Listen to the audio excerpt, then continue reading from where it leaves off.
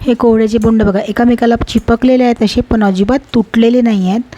चिपकतात पण छान असे मोकळे मोकळे सुद्धा होतात. आणि आतमधून बघा याचं कसं असं पिवळसर असा जो गर असतो कोवळ्याचा तो दिसत आहे. तर मी तुम्हाला छान असे आज कोवळ्याचे बोंड तुमच्यासमोर तयार करून दाखवणार आहे अगदी पारंपरिक पद्धतीने. तर इथे मी 1 किलो कोवळा घेतलेला आहे. तर याचे खूप असे जास्त नाही बोंड, जेवढे मी चाळणीत दाखवले तेवढेच होणार आहेत. तर कोवळा जास्त प्रमाणात घ्यायचा आहे आपल्याला. तर इथे मी सुरुवातीला स्वच्छ धुवून घेतला बिया काढून आणि साल काढून घ्यायची आहे. भाजी करू शकता सालाची. तर कोवळ्याची बारीक बारीक कापं करून घ्यायचे किंवा तुम्ही किसूसुद्धा शकता. तर मी काप केल्याने कसं सोपं जातं पटकन. तर तुकडे करून घेतले असे आणि थोडंसं 1 ग्लास पाणी टाकलेलं आहे. पाणी टाकून घ्यायचं 1 ग्लास, खूप जास्त पाणी टाकायचं नाही, नाहीतर मग कुकरच्या बाहेर सांडतं पाणी. तर 3 ते 4 शिट्ट्या होऊ द्यायच्या आहे. 3-4 शिट्ट्यामध्ये आपोआपच शिजून जातं कोवळा.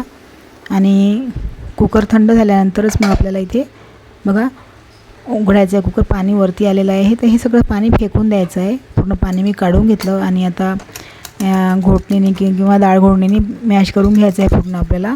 पाणी निघाल्यामुळे गर थोडासाच झालेला आहे आपला. आणि आता मी साखर घातलेली आहे इथे 1 ग्लास आणि थोडीशी वरून घातलेली आहे 1.25 ग्लास. तुम्ही आपल्या गोडीनुसार थोडी कमी जास्त करू शकता. पण साखर जर जास्त घातली तर मग आपल्याला कणिकसुद्धा जास्त लागेल, म्हणून जास्त वापरायची नाही इथे साखर. बरोबर गोड होते. तर एक ट्रिक सांगत आहे मी तुम्हाला, कारण आपले बोंड जे आहेत ते अजिबात चिपकले नाही. त्यासाठी आपल्याला काय करायचं आहे, इथे तांदळाचं पीठ घ्यायचं आहे. हे थोडंसंच लागतं तांदळाचं पीठ, 1 ते 1.5 चम्मच असं. आणि त्याला पाणी टाकून मी इथे याला असं हे असं लावून घेतलेलं आहे. याला भोकी म्हणतात कोवळ्याची. तर याला असं लावून घ्यायचं आहे. थोडंसं मी स्किप झाला होता व्हिडिओ, तर पाणी टाकून थोडंसं मी टाकून दाखवलेलं आहे इथे. तर याला जे तांदळाचं पीठ ते लावून घेतलं मी आणि 1-2 उकळी येऊ द्यायची आहे. नंतर गॅस आपल्याला बंद करून घ्यायचा आहे. बघा छान अशी पिवळसर असं तयार झालेलं आहे. तर एका भांड्यामध्ये काढून घ्यायचं आहे आपल्याला. गर थोडा थंड होऊ द्यायचा आहे आणि भांड्यामध्ये काढून घ्यायचं आहे. आता मी इथे 1 ते 1.5 ग्लास इथे कणिक घेतलेली आहे गव्हाचं पीठ. आता ते थोडं थोडं करून टाकायचं आहे. कधी कधी काय होतं थोडं जास्तसुद्धा लागू शकतं आणि कधी कमी लागू शकतं. तर थोडंसं मी इथे थोडं थोडं करून टाकलेलं आहे, एका वेळेस टाकायचं नाही अजिबात. तर आपण सुरुवातीला बघायचं आपल्याला जर असे बोंड पाडता येत असतील तर समजून जायचं थोडंसं पातळ वाटत आहे मला इथे, म्हणून पुन्हा मी थोडंसं इथे कणिक टाकलेली आहे. गव्हाचं पीठ पुन्हा टाकून घ्यायचं आहे, म्हणजे आपल्याला तेलामध्ये सोडता आले पाहिजे इतपत आपल्याला कणिक इथे टाकायची आहे.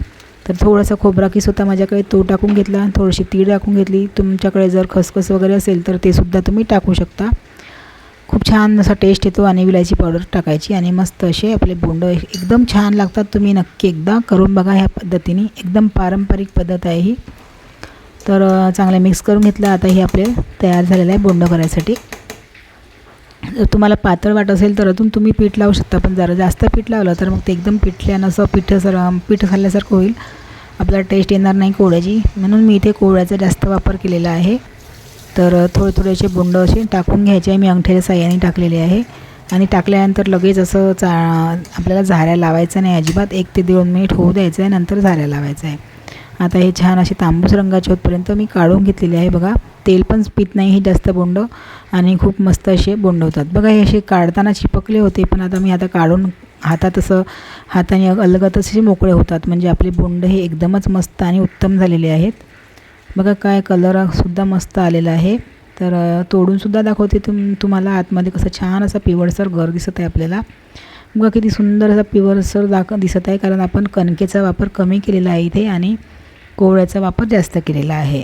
तर तुम्हीसुद्धा एकदा नक्की करून बघा अशा प्रकारचे बोंड. आणि व्हिडिओ आवडला असेल तर एक लाईक नक्की करा, सबस्क्राईब करा आणि पुन्हा भेटूया एका नवीन छानशा रेसिपीमध्ये. धन्यवाद.